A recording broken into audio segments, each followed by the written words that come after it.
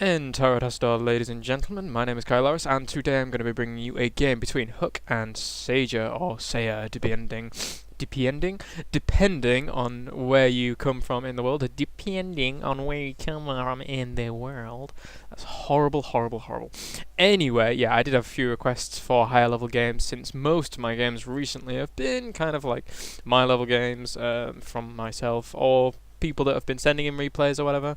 So we're going to be bringing you today the king of Protoss from the North American service, which is indeed HuK. Oh god, sorry, I've got a terrible cold. I need to kind of sneeze or something, I'm not sure. No, I think I'll be okay, I'll keep going. Anyway, we do see HuK now throwing down that first pylon, as well as sending out that early scout after that pylon. Most players have different preferences, but I would say that this is probably the best option, since, oh god, such a cold, what's going on? Since you can get very early intel on what your opponent's doing, seeing if he's throwing down the early gas, seeing if he is going for an early barracks, making sure that he's not doing anything too tricky. And SaJeR is just going to be throwing down his barracks now, a very standard 12. So nothing going to be too strange coming out from SaJeR here. SaJeR, I cannot decide what I want to call him. But this probe going to be harassing this unit here and sending out two more. Oh, he's going to get that actually. No, he's not going to get that HuK. We'll keep that alive because he is HuK and he is fantastic. Anyway, we do see now HuK has thrown down his first gateway, trying to do a little bit of dodging with this probe here, doing a nice job of it. He's probably, actually, he could go back and poke that SCV. Yes, he is poking. Since Protoss do get a slight advantage, since we do have rechargeable shields, which is very, very useful in these situations. He would have got that had the second SCV not come out for SaJeR. At the very beginning of that engagement. Do you see now an assimilator going down for HuK, and I really apologise for this cold thing. It's driving me crazy, so sorry. And we do see an orbital command coming down from SaJeR as well. Just sitting in HuK's base here, having a look around, seeing if anything tricky is going on, trying to steal some minerals. That's very ballsy of you, you funny SCV. And we do see now a cybernetics car going down for HuK, so again, nothing too strange, everything very, very standard. SaJeR just making sure he doesn't get himself supply blocked as well, throwing down that reactor, so probably going for a more heavy marine build in this, and this probe is still alive. I'm quite surprised this probe's here and still alive. Nice position of that probe, because if something comes along here you can just dart it into the bushes and try and do some evasion moves through there. This SCV now victorious in his engagement, stealing those minerals. Congratulations SCV, you are super SCV. Although, I'm sure it won't matter that much in the game. Oh, he's going back to get some more minerals. Yeah, and now he's realised that. And doesn't. So we now see this pylon in a very good position. Every Protoss player should be doing this. Every player in general should be doing this. If you're a Zerg player, leaving a Zergling there, or if you're a Terran player, SCV, putting a supply depot. But in Protoss case, it's got to be a pylon. So we do see now this robotics facility going down here in a nice position to make sure that it's not going to get hit by any kind of scan, which would typically be in this area or even this area, as Protoss players do like building their buildings up here. So nice position of that. He may get the dupe on his opponent. But we do see now a robotics factory. Let's call it a robotics factory, yeah. Factory going down for SaJeR now, as well as that tech lab on there, so no doubt could he be going for the good old tank. Or if he grabs an armory, a Thor. A few more gateways now going down for HuK, and as you can see, going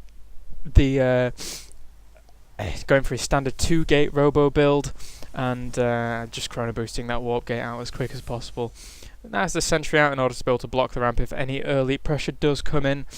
And we do see now indeed that SaJeR is getting that siege tank as well as siege tech, throwing down a second factory, so probably moving into more mech play here. And it seems like, as most Terrans do, kind of go for kind of bio play on this map that I've noticed, but we're going to be seeing a lot more mech play from SaJeR at this point in time. Now just pumping out. Whoa, what's with the frame rate? Come on, go up. What's going on? I don't know, it's spazzing out around 18 or 15 or something like that, and now it's going plummeting. What the freak's going on? Sorry about that. But we see a few stalkers now coming out for HuK to make sure that he can deal with any early push. Although that being said, I would have liked to see SaJeR be more aggressive with these few Marines that he had initially in the game, as they would have done quite a bit of damage since he only had this one sentry out for quite a while. Now throwing down this pylon in this forward position in order to be able to grab his expansion. No doubt grab his expansion when he hits 400 minerals, although it's a little bit over. Come on, get that expansion. Yeah, there we go.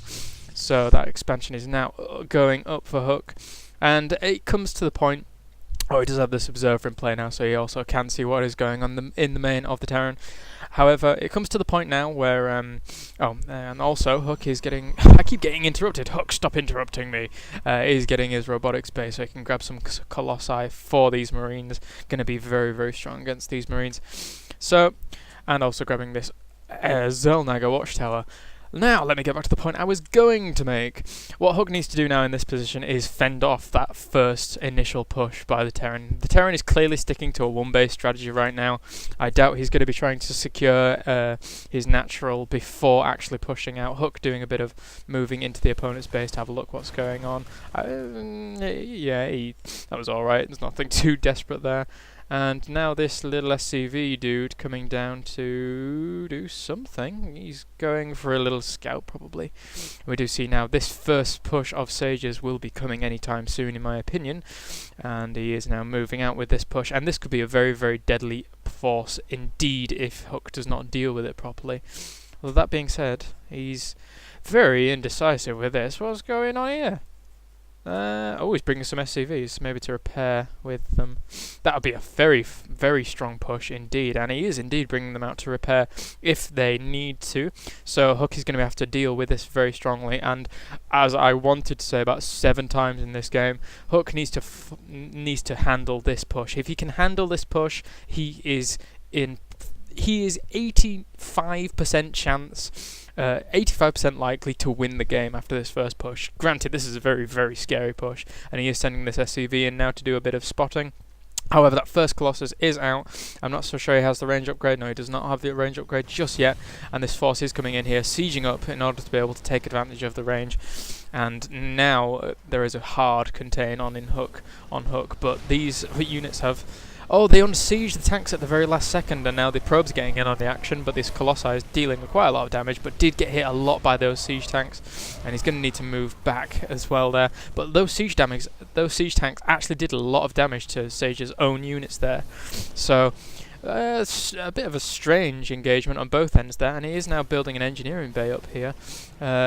Probably in order to get some missile turrets out or something like that at this front position, because the missile turrets can mess around with your Colossi very much. And now at this point, this frontal expansion is pretty much locked down. All these siege tanks are going to rain hell down on these Colossus if they do get into range. Although taking a lot of damage with the Marines there, it wasn't really necessary to move those Marines up, as the Colossus do not outrange these siege tanks at all.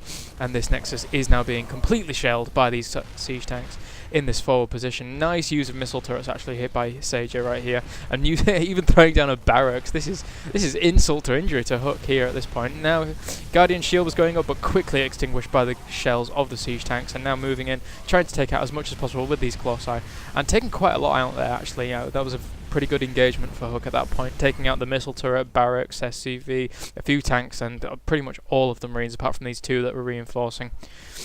So more Colossi coming out for HuK at this point. He needs to cling on to this expansion, otherwise he is in dire straits. The one-base Terran on this map generally does beat one-base Protoss in my experiences, and now all these Colossus are nicely spread out actually at that point. You don't want them all too clumped up so they're taking complete splash damage, although this Colossus is gonna almost go down. Bringing this one in here to get a few pot shots off on this siege tank. It does take that siege tank down, and he's going to be running back in order to try and recharge shields before these Marines can come in and try and pick them off.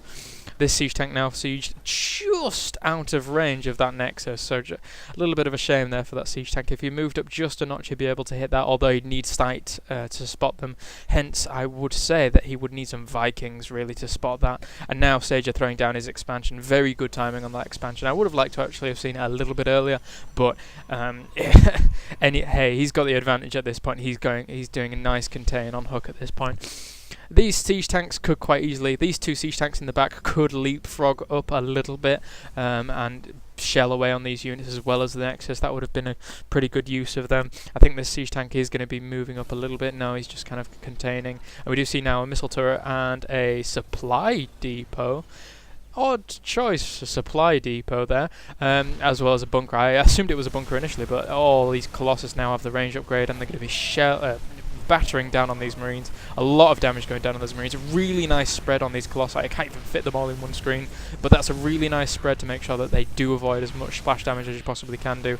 And now these, that is the main thing that a lot of Protoss players do not do at all against Terran, and they're like, oh, Terran is overpowered or whatever. And maybe it is, maybe it isn't. But in order to avoid the obvious advantage that a Terran would have is just spread your units out when you see siege tanks. This siege tank in range of these Colossi and is going to be shelling down on them, but this Colossi is not moving back. Yes, he needs to move back now. Good, good, good.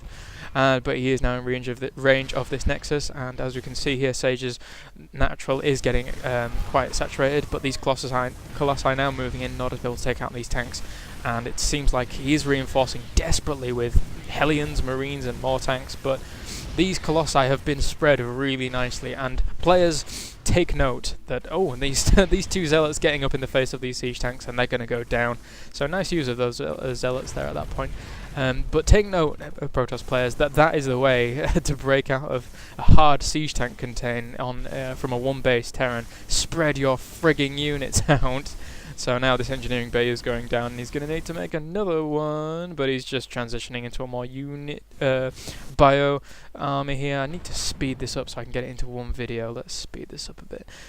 Because I'm not a partner, and I wish I was. These Colossus now moving up a little bit, and I'll slow it down again. It only saved me a few seconds, but it'll be hopefully save me uploading it in 2 videos, because I hate doing that. If I was a YouTube partner, I'd upload our videos. That'd be frigging awesome. Anyway, now throwing down a few pylons here in order to be able to secure this gold expansion. And it seems at this point, this game actually ends in... a bit of a spoiler here. This game ends in 2 minutes, okay? Apparently. But I don't see... both players seem very, very bunkered right now. And unless HuK moves out right now with all these units... Oh my god, he has 5 Colossi. Never mind. I shouldn't have said that it ends in 2 minutes. So, yeah, this is going to be interesting. Let's speed this up, get to where we need to be.